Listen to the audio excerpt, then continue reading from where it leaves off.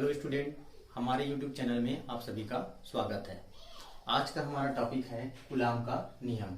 आज हम कूलाम के नियम के बारे में डिस्कस करेंगे। ठीक है, ये आपका एग्जाम में 2 से 3 नंबर में पूछता है। तो कूलाम का नियम डिस्कस करने से पहले मैं एक और टॉपिक के बारे में बता देता हूं, जो है आपका बिंदु आवेश। क्या है ये? बिंदु आवेश। पॉइंट 4। तो बिंदु आवेश किसे कहते हैं, बिंदु आवेश किसे कहा जाता है, इसके बारे में अपन पहले देख लेते हैं। डेफिनेशन सिंपल सा, कभी कभी 1 नंबर में पूछ देता है। तो बिंदु आवेश क्या है? बिंदु आवेश वह आवेश होता है जिसका साइज, आकार है ना, उनके बीच की दूरी, किनके बीच की दूरी? ये बिंदु आवेशों के बीच की दूरी की तुलना में क्या होता है, बोलते हैं नगण्य, ना के बराबर होता है। तो ऐसे आवेश को हम क्या कहते हैं? बिंदु आवेश। इसको एक उदाहरण के माध्यम से समझते हैं। जैसे कि मान के चलते हैं ये बिंदु आवेश हो गया, है ना। तो यहाँ पर देखिए पॉइंट है, तो ये पॉइंट का आकार अभी तो समझ आ रहा है कुछ, लेकिन यदि मैं इन दोनों के बीच की दूरी बढ़ा देता हूं, दोनों में एक डिस्टेंस रख देता हूं, ये लाइन खींच देता हूं, तो देखिए इस डिस्टेंस के तुलना में ये दोनों का साइज क्या है? बहुत छोटा है ना। बहुत छोटा है कहने का मतलब हम इसकी तुलना में इसको क्या मान सकते हैं जी? ये पॉइंट है, उसको क्या मान सकते हैं? नगण्य मान सकते हैं, है ना। तो इसी को ही क्या कहा जाता है? बिंदु आवेश कहा जाता है। ठीक, अब हम देखते हैं किसके बारे में? कूलाम के नियम के बारे में। ठीक है, तो कूलाम का नियम क्या है, कैसे है, कहाँ लागू होता है, ये सब चीज पढ़ेंगे, इसकी सीमाएं वगैरह देखेंगे। तो सबसे पहले देखते हैं कूलाम का नियम। तो कूलाम का नियम, कूलाम ने कैसे इस नियम का प्रतिपादन किया, इसको देखते हैं, है ना। मैं अपने पहले वीडियो में आपको बताया हूं, है ना, बता चुका हूं कि सजातीय आवेश मतलब समान आवेश जहां होता है वहां पास क्या होता है? प्रतिकर्षण होता है। और विजातीय आवेश मतलब अलग अलग आवेश होता है, तो वहां पास क्या होता है? हम दोनों के मध्य आकर्षण बल लगता है। ठीक है, तो अब सवाल ये उठता है कि उस आकर्षण और प्रतिकर्षण बल दोनों के बीच में जो लग रहा है उसका वैल्यू कितना होता होगा, है ना, कितना होता है, इसके बारे में पता लगाने के लिए, इसका वैल्यू, इसका परिमाण ज्ञात करने के लिए, है ना, नाम है कूलाम। चार्ल्स ऑगस्टिन कूलाम ने एक नियम का प्रतिपादन किया, जिसे कौन सा नियम कहते हैं? अपने स्वयं के नाम से उसका नाम रखा कूलाम का नियम, या इसे कूलाम का व्युत्क्रम वर्ग का नियम भी कहा जाता है। तो चलिए देखते हैं ये नियम क्या कहता है ना। तो कूलाम का नियम ये बोलता है किन्हीं भी 2 बिंदु आवेशों, है ना, ये हो गया, मान के चलते हैं 2 बिंदु आवेश लेके चलते हैं अपन, पहला और दूसरा। ठीक है, ये पहला बिंदु आवेश और दूसरा बिंदु आवेश, है ना। किन्हीं भी 2 बिंदु आवेशों, ये मान के चलते Q1 और Q2, ये बोलता है कूलाम का नियम, किन्हीं भी 2 बिंदु आवेशों के मध्य लगने वाला आकर्षण या फिर कौन सा बल? प्रतिकर्षण बल। जाहिर सी बात है, आकर्षण और प्रतिकर्षण ही होगा। यदि दोनों प्लस प्लस होगा तो प्रतिकर्षण होगा, और दोनों एक प्लस और एक माइनस हुआ तो आकर्षण। तो इसलिए बोला गया है किन्हीं भी 2 बिंदु आवेशों के मध्य लगने वाला कौन सा बल? आकर्षण या फिर प्रतिकर्षण बल का जो मान है वो इन दोनों आवेशों के, ये दोनों आवेश कौन कौन सा? Q1 और Q2, इन दोनों आवेशों के परिमाणों के, वैल्यू के गुणनफल के क्या होता है? बोलता है अनुत्क्रमानुपाती। और इसका दूसरा भाग बोलता है तथा उनके बीच की दूरी, ये दोनों का बीच की दूरी के वर्ग के क्या होता है? बोलता है व्युत्क्रमानुपाती होता है, ऐसा कूलाम का नियम कहता है। ठीक है, ये हो गया आपका R। ठीक, अब यहाँ पर देख के चलते इसका गणितीय रूप। ठीक है, व्यंजक निकालते हैं। तो मान के चलते हैं, माना कि Q1 व Q2 क्या है? आपका 2 बिंदु आवेश है। ये Q1 और Q2 क्या है? 2 बिंदु आवेश है। इनके बीच की दूरी क्या है? तुम्हारा R है। यदि इनके बीच मतलब दोनों बिंदु आवेशों के मध्य लगने वाला जो बल क्या हो? F हो, कैपिटल F हो, फोर्स F हो, तब कूलाम के नियम से, तब कूलाम का नियम क्या बोलता है? F इज प्रोपोर्शनल टू अनुत्क्रमानुपाती Q1 इंटू Q2। इसको देना आप समीकरण नंबर 1। ठीक, दूसरा हिस्सा इसका बोलता है उनके बीच की दूरी के वर्ग के क्या होता है? बोलता है व्युत्क्रमानुपाती। तो ये F is proportional to 1 upon कितना हो जाएगा? पार स्क्वायर। ये समीकरण नंबर 2। अब इस दोनों इक्वेशन, दोनों समीकरणों को आपको क्या करना है? एक साथ लेके चलना है, एक साथ लिखना है। तो यहाँ लिख देता हूं मैं, समीकरण 1 व 2 को क्या करने पर?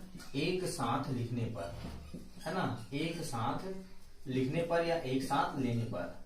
ठीक है, एक साथ लिखेंगे कितना हो जाएगा? ये F अनुक्रमानुपाती, ये दोनों एक साथ हो जाएगा आपका Q1 Q2 डिवाइडेड बाई कितना हो जाएगा? R square. ठीक है, अब नेक्स्ट स्टेप में जब यहाँ इक्वल लगेगा तो ये अनुक्रमानुपाती नियतांक हटेगा तो क्या लगेगा? अनुक्रमानुपाती प्रोपोर्शनल हट जाएगा, या इक्वल लग जाता है तो उसके जगह में आ जाता है आपका K, या आप इसको कुछ भी ले सकते हो। R, यहाँ R है Q1 Q2 और R के जगह आप कुछ भी ले सकते हो, लेकिन सुविधा के लिए क्या लिया जाता है? आपका K लिया जाता है।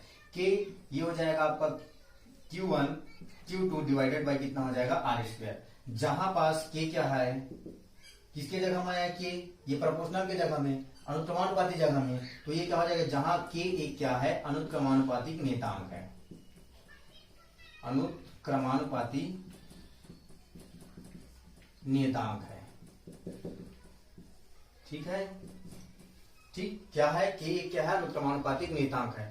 कभी कभी इस के की निर्भरता पूछता है ना, ये किन किन बातों पर निर्भर करता है ये पूछता है। तो ये जो अनुक्रमानुपातिक नियतांक के है वो किन किन बातों पर निर्भर करता है इसको देखते हैं। ये के का वैल्यू है किस पर डिपेंड करता है, ये देखो दोनों आवेशों के बीच की माध्यम पर है ना, माध्यम की प्रकृति पर, इन दोनों आवेशों के बीच के माध्यम, इन दोनों आवेशों के बीच का माध्यम क्या है इस पर डिपेंड करता है, वायु है या निर्वात है या अन्य कोई माध्यम, इस पर क्या करता है, डिपेंड करता है। दूसरा है मापन की पद्धति पर, मापन की पद्धति मतलब दोनों के बीच की दूरी है, तो दोनों के बीच की दूरी को किससे मापेंगे, मापन की पद्धति। मापन की पद्धतियां आप 11th में पढ़े होंगे, 4 होती है मापन की पद्धतियां। एक होता है आपका CGS पद्धति है ना, MKS पद्धति, और है FPS पद्धति, और है आपका SI पद्धति। ये 4 पद्धतियां हैं। तो इस पर भी क्या करता है आपका, डिपेंड करता है किसका वैल्यू, के का वैल्यू। ठीक है, चलिए आगे देखते हैं। SI पद्धति में यदि, SI पद्धति में यदि है ना, ऐसे पद्धति में यदि के का वैल्यू क्या हो बोलता है, इस के का वैल्यू, इसको देना इक्वेशन नंबर 3 आप है ना, इस के का वैल्यू क्या हो बोलता है 1/4 पाई एप्सिलॉन नॉट है ना, into Q1 1/4 pi epsilon not हो, तो आपका कौन सा समीकरण में लेके चलना है इसको, वैल्यू को, समीकरण कहां से, 3 से है ना, मतलब आपको इस के का वैल्यू कहां रखना है, समीकरण नंबर 3 में रखना है। तो ये F इक्वल टू कितना हो जाएगा आपका, F इक्वल टू हो जाएगा के जगह में आ जाएगा 1/4 पाई एप्सिलॉन नॉट, और हो जाएगा आपका Q1 Q2 डिवाइडेड बाई कितना हो जाएगा आर स्क्वायर। ये है आपका कूलाम का नियम। यदि पेपर में आता है तो आपको यहाँ तक का ही करना है। ठीक है, इसके आगे थोड़ा सा और बढ़ सकते हैं। 1/4 पाई एप्सिलॉन नॉट का वैल्यू होता है 9 × 10⁹। तो आगे देख लेते हैं यहाँ है ना, यदि क्या हो बोलता है 1/4 पाई, इसका वैल्यू है एप्सिलॉन नॉट का वैल्यू 9 × 10⁹ हो, तो है ना, इस स्थिति में क्या हो जाएगा, इक्वेशन नंबर 4 से इसको आप इक्वेशन नंबर क्या कर देना, 4 दे देना है ना, इसको आप इक्वेशन नंबर 4 दे देना। ठीक, समीकरण कितने 4 से, ठीक, समीकरण 4 से कितना हो जाएगा आपका, ये F इक्वल टू हो जाएगा आपका है ना, इसकी जगह में 1/4 पाई एप्सिलॉन 0, इसकी जगह में क्या आ जाएगा आपका, ये 9 × 10⁹, और साथ में आ जाएगा Q1 Q2 अपॉन कितना हो जाएगा आपका आर स्क्वायर। ये हो गया आपका यहाँ तक का कूलाम का नियम। ठीक, ये है आपका कूलाम का नियम। ठीक, सिद्ध हो गया कूलाम का नियम इतना। अब हम इसके बाद देखते हैं, एक ये है, वो है आपका एकांक आवेश। तो एकांक आवेश किसे कहते हैं इसको देख लेते हैं। ठीक है, क्या देखना है आपको, एकांक आवेश। एकांक आवेश के बारे में पढ़ेंगे अपन, एकांक आवेश।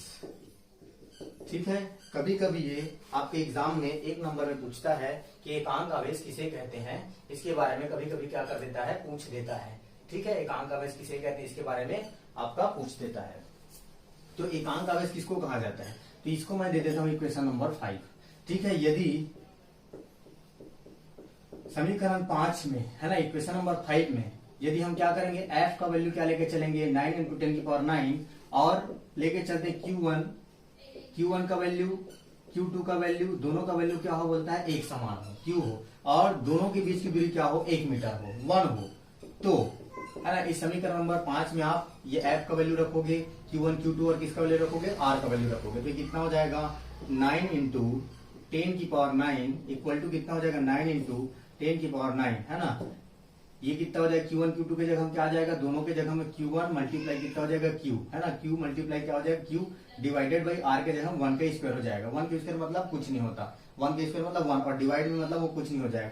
ये दोनों आपस में क्या हो जाएंगे, कट जाएंगे, और कट जाएंगे तो इसका मतलब ये नहीं कि यहाँ पास 0 होगा, 0 नहीं होगा, यहाँ पास क्या बचेगा आपका 1 बचेगा, इक्वल टू ये दोनों क्या हो जाएंगे Q स्क्वायर, या हम इसको ऐसा लिख सकते हैं Q इक्वल टू ±1। ये हो गया आपका एक इक्वेशन आया है ना, Q इक्वल टू कितना हो जाएगा आपका ±1। अब यहां से हम क्या बनाएंगे, इसका डेफिनेशन बनाएंगे कि एकांक आवेश किसे कहते हैं। कई बार पेपर में आता है, केवल डेफिनेशन आपको याद रखना है, 1 नंबर में पूछ सकता है। तो एकांक आवेश किसे कहते हैं इसको देखिएगा है ना, क्या बोलता है, यदि समान परिमाण के, है ना, देखिए यहाँ पर समान परिमाण दोनों का वैल्यू क्या लेके चला हूं मैं, क्यू लेके चला हूं, तो इसलिए यहाँ पर क्या हो जाएगा, समान परिमाण, है ना। दूरी क्या है तुम्हारा, दोनों के बीच की दूरी क्या है, 1 मीटर मान के चले, है ना। इसको क्या लेके चलते हैं अपन, 1 मीटर लेके चलते हैं ना। ये बोलता है एकांक आवेश का डेफिनेशन, ये बोलता है यदि समान परिमाण के दो सजातीय आवेश एक दूसरे से 1 मीटर की दूरी पर हो, है ना, एक दूसरे से कितने मीटर की दूरी पर हो, 1 मीटर की दूरी पर स्थित हो, है ना, तो 1 मीटर की दूरी पर स्थित हो, तो वो एक दूसरे को कितने बल से, F बराबर 9 गुणा 10 की घात 9। ये देखिए बल कितना है, हम बल का वैल्यू, फोर्स का वैल्यू कितना लेके चल रहे हैं, 9 गुणा 10 की घात 9। तो इतने बल से क्या करे, एक दूसरे को प्रतिकर्षित करे, तो प्रत्येक जो आवेश होता है वो क्या कहलाता है, एकांक आवेश कहलाता है। मैं वापस रिपीट कर रहा हूं, एकांक आवेश किसे कहते हैं, ठीक है। तो एकांक आवेश, यदि समान परिमाण का दो सजातीय आवेश, ये देखिए समान परिमाण दोनों का वैल्यू क्या लेके चले, क्यू लेके चले, सजातीय आवेश, है ना, वायु या फिर किसमें, निर्वात में, किसमें, वायु या निर्वात में, माध्यम लेके चल रहे हैं, वायु निर्वात में कितने मीटर की दूरी पर स्थित हो, बोलता है 1 मीटर की दूरी पर स्थित हो, तो वह एक दूसरे को 9 गुणा 10 की घात 9 न्यूटन के बल से क्या करे, प्रतिकर्षित करे, तो जितना प्रत्येक जो आवेश होगा वो क्या कहलाएगा, आपका एकांक आवेश कहलाएगा, है ना। और इस एकांक आवेश का मात्रक होता है आपका कूलाम, है ना। इस एकांक आवेश का मात्रक क्या होगा तुम्हारा, आपका क्या होगा, कूलाम, इसका मात्रक होगा कूलाम, ठीक है। तो कई बार पेपर में ये पूछता है एक कूलाम आवेश किसे कहते हैं, तो यहाँ पर देख लीजिएगा, इसी से क्या बनेगा, कूलाम आवेश, एक कूलाम आवेश का डेफिनेशन बन जाएगा। एक कूलाम आवेश वह आवेश होता है ना, जो 1 मीटर की दूरी पर स्थित होने पर, है ना, वायु निर्वात में 1 मीटर की दूरी पर स्थित होने पर एक दूसरे को 9 गुणा 10 की घात 9 न्यूटन के बल से क्या करे, प्रतिकर्षित करे, तो वह क्या कहलाएगा, वह आवेश क्या कहलाएगा, एक कूलाम आवेश कहलाएगा। आज की वीडियो में हम इतना ही देखेंगे, धन्यवाद। यदि हमारा वीडियो पसंद आया हो तो सभी लाइक करें, सब्सक्राइब करें, है ना। यदि कोई समस्या हो तो आप हमें इस नंबर पर संपर्क करके पूछ सकते हैं, डाउट कर सकते हैं, डाउट जो है उसको आप क्लियर कर सकते हैं। ये है 9993705758। इस नंबर पर आप हमें संपर्क कर सकते हैं। धन्यवाद। आज वीडियो में इतना ही, थैंक यू।